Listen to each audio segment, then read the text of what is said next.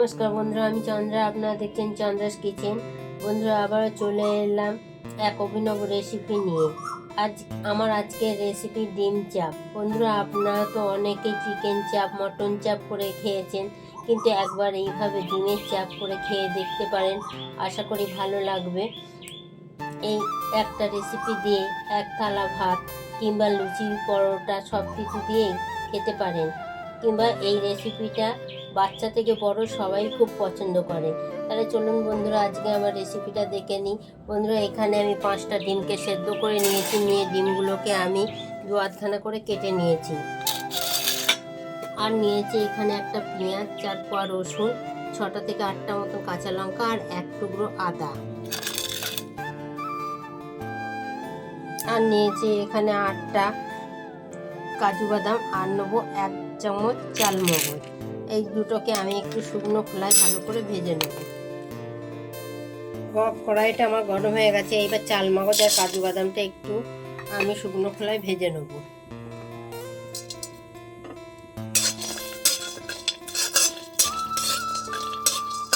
একটু হালকা করে আমি ভেজে নেব।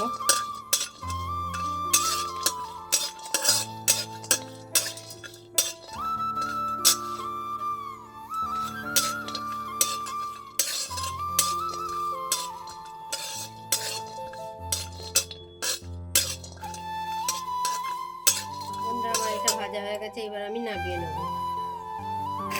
বন্ধুরা, আমি চালমগজ আর কাজু বাদামটাকে একসাথে মিক্সির মধ্যে নিয়ে পেস্ট করে নেব।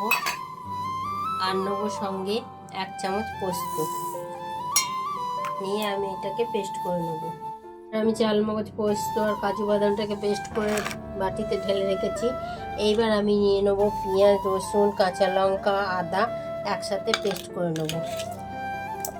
আমি একটা মিক্সিং জারের মধ্যে নিয়ে নিলাম। নিয়ে আমি এগুলো সবগুলোকে একসাথে পেস্ট করে নেব।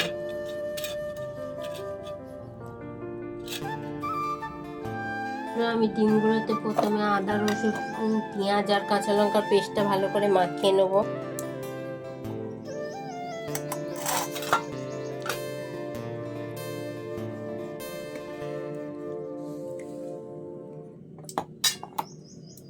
এরপর আমি দিয়ে দেবো বেটে রাখা পোস্ত, কাজু বাদাম আর চালমগজের পেস্টটা। এরপর আমি এখানে 2 চামচ টক দই ফাটিয়ে রেখেছি। এবার টক দইটাকে দিয়ে দেবো।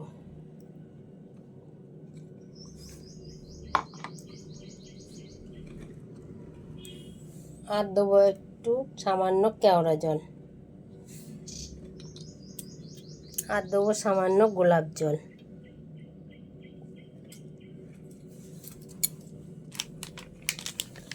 আর দেবো এখানে 1 চামচের মতো বিরিয়ানি মশলা।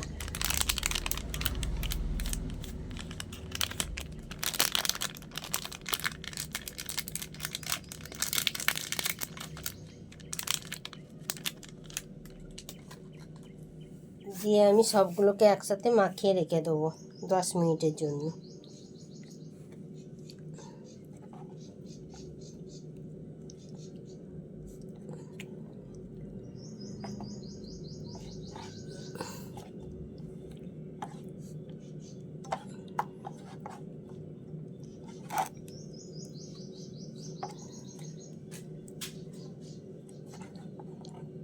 বন্ধুরা, আমি এখন নুন দিইনি, নুনটা আমি পরে দেবো। আমার সবগুলো ডিমকে মাখানো হয়ে গেছে। এবার আমি 10 মিনিট রেখে দেবো। হয়ে গেছে, ডিমটা আমি মাখিয়ে রেখে দিয়েছি। এইবার আমি নুন দিয়ে দেবো স্বাদ মতন। আর বন্ধুরা, আমি এখানে একটা জায়ফলকে একটু গুঁড়িয়ে রেখে দিয়েছি, সেই জায়ফলের গুঁড়োটা দিয়ে দেবো। এই জায়ফলের গুঁড়ো থেকে একটুখানি আমি গুঁড়িয়ে নিয়েছি, এটা দিয়ে দিলাম। আর দেবো রঙের জন্য 1 চামচেরও কম একটু কাশ্মীরি লঙ্কার গুঁড়ো। দিয়ে আমি ভালো করে আবারও মাখিয়ে নেব।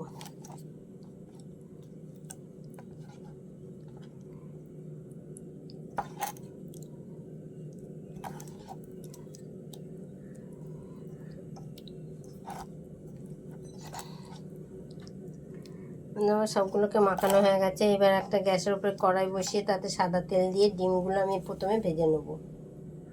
বন্ধুরা, আমি কড়াইটা গরম হয়ে গেছে, কড়াইয়ের মধ্যে সাদা তেল দিয়ে নিয়েছি, তেলটাও আমার গরম হয়ে গেছে। এবার আমি ডিমগুলোকে একটা একটা করে দিয়ে ভেজে নেব।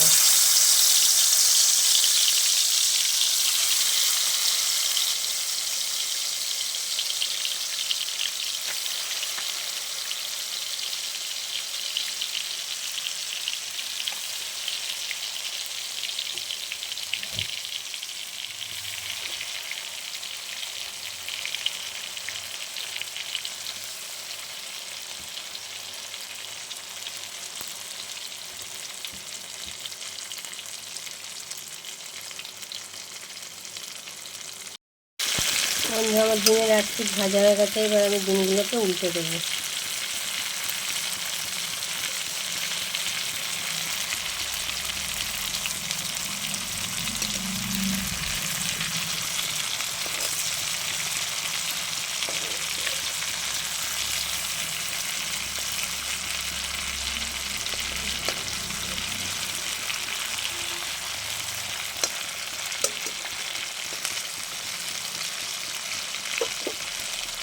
আর এক পিঠটা ভাজা হয়ে গেলে আমি ডিমগুলোকে নামিয়ে নেব।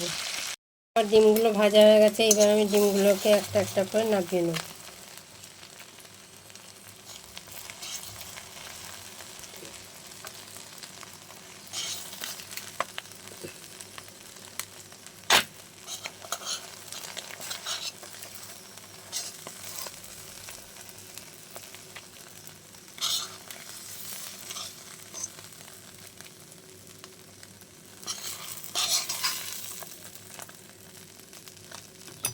এইভাবে আমি আরও বাকি ডিমগুলোকে ভেজে নেব।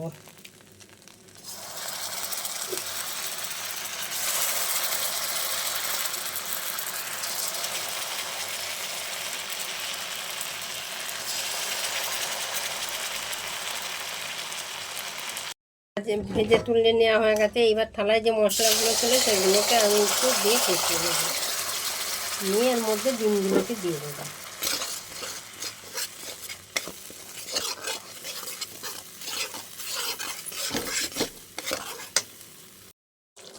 বন্ধুরা, ডিমের চাপের মধ্যে আমি সামান্য একটু নুন দিয়ে দেবো, কারণ ডিম মাখানোর সময় আমি নুন দিয়েছিলাম।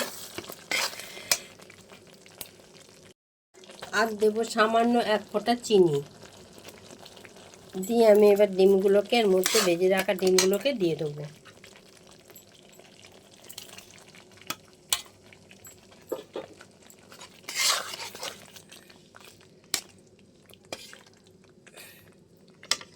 একটু ফুটে গেলে না, দেখুন বন্ধুরা, আমার ডিমের চাপটা হয়ে গেছে। এবার আমি ওপর থেকে একটু ঘি দিয়ে দেবো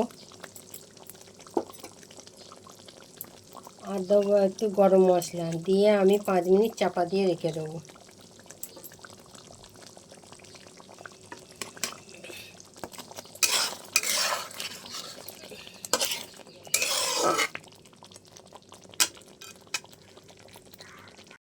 দেখলেন বন্ধুরা, আজকে আমার ডিম চাপের রেসিপি।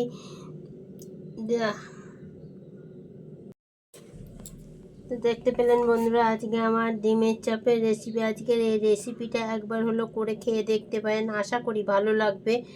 আজকের এই রেসিপিটি ভালো লাগলে লাইক করুন এবং সাবস্ক্রাইব করে পাশে থাকুন, এবং নিত্য নতুন রেসিপি পেতে বেল আইকনটি প্রেস করুন। আবার ফিরে আসি পরের রেসিপি নিয়ে। ততক্ষণে ভালো থাকবেন, সুস্থ থাকবেন। নমস্কার।